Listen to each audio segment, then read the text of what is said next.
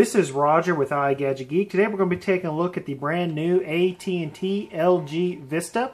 Now you can pick this up on AT&T's Next plan for as little as $14.80 a month, or you can purchase it outright for $354.99.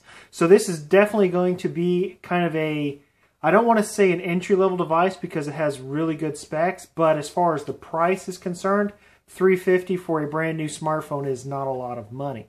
Now, just to kind of give you guys kind of a quick rundown of some of the specs. Now, this is a 5.7 HD display. It has an 8 megapixel rear-facing camera with autofocus and LED flash. Now, it also has the capability to capture video at 720 or 1080p. Has a 1.3 megapixel front-facing camera.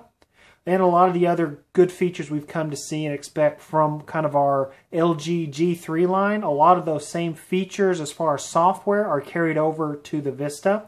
It has a 3200 milliamp hour battery. And of course it supports AT&T's 4G LTE. So let's go ahead and kind of take a look here at the phone itself. Here's the packaging. Inside the packaging you get of course the phone itself. You get your wall plug and your USB to micro USB sync and charge cable. Now the one that I received did not have any headphones, but there too this is actually a review unit. It is not for resale, so the actual retail packaging may or may not have a set of headphones. I cannot speak to that for sure. But as far as the phone itself, you have a 5.7 inch display, a removable back. Here's that giant 3200 milliamp hour battery. To kind of give you guys an idea of the size comparison, I pulled the battery off of my G3 and kind of wanted to set them here next to each other. As you can see, the Vista and the G3 are very similar in the way they are laid out. The G3 of course has that 3000 milliamp hour battery, where the Vista has a 3200 milliamp hour battery. They both have the rear buttons, the laser autofocus, the camera, and the flash. They both take a micro SD card. So that kind of gives you an idea of the size comparison. Let's go ahead and snap this back on and we'll take a look around at the phone itself. At the very bottom we have a rear speaker. Here's, as I mentioned, your sleep wake button, your volume up and down, your rear camera, your laser focus, your rear flash. On the very top you have your little IR blaster for the remote control feature. We have the 3.5 millimeter headphone jack. We have a secondary mic. No buttons on the left or the right hand side. At the very bottom we have our sync charge port and our main microphone. On the front we have the LG logo, and on the back we have the AT&T logo and the G Vista logo here at the bottom. So as you can see, very similar to the G3, we have a very similar lock screen.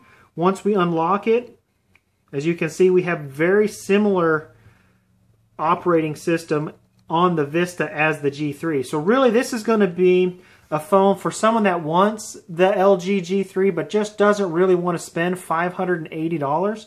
You could drop $350, have a little bit larger display. Now granted, it is less resolution and you don't have the same processor. It does have a 1.2 gigahertz quad core as opposed to the 2.5 on the G3, and it also, the G Vista has 1.5 gigs of RAM as opposed to the 3 gigs on the G3.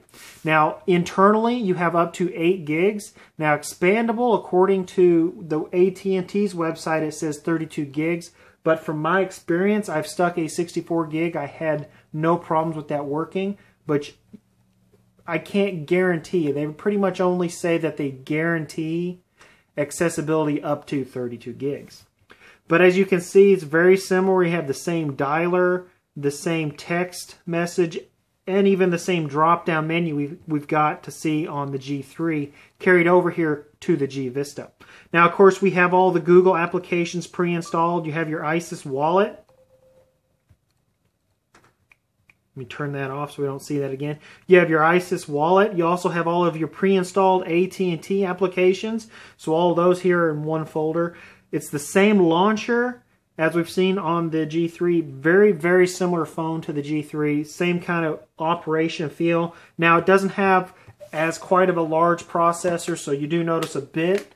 It's not quite as snappy as the G3, but considering you're saving about $230 on the cost of this phone, so it's going to be, I think, a great alternative to the G3. You're going to save some money, still have a fantastic phone with a giant display. Again, this is a 5.7-inch display, so it's a full HD or a HD display at 720p.